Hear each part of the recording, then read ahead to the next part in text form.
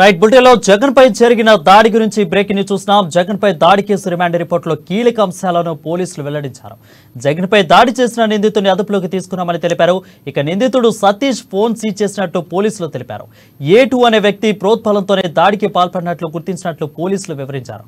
ఇక జగన్ హత్య చేసేందుకే పదునైన రాయితో దాడి చేసినట్లు పోలీసులు రిమాండ్ రిపోర్టులో వెల్లడించారు.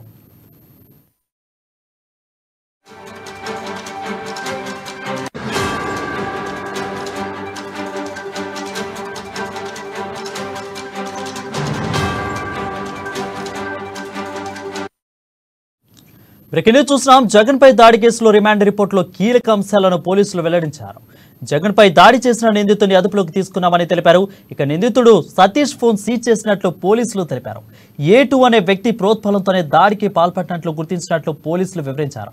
ఇక జగన్ హత్య చేసేందుకే పదునైన రాయితో దాడి చేసినట్లు పోలీసులు రిమాండ్ రిపోర్టులో పేర్కొన్నారు.